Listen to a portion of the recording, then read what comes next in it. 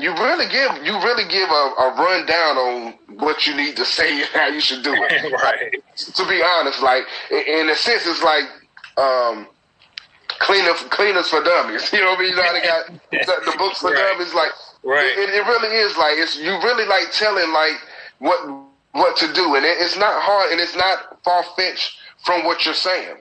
Right. I say that to say this. I took the out of the starter kit, you show how I think it says the platform is there, the footwork is there. You just got to get out there and do it. My biggest thing I would tell anybody: stop talking about it. You done thought about it long enough. I thought about it for 6 months. Just do it. You know what I mean? Right. Just do it. If I would have did it 6 months ago, I could have been 6 months ahead of where I'm at now. Just do it.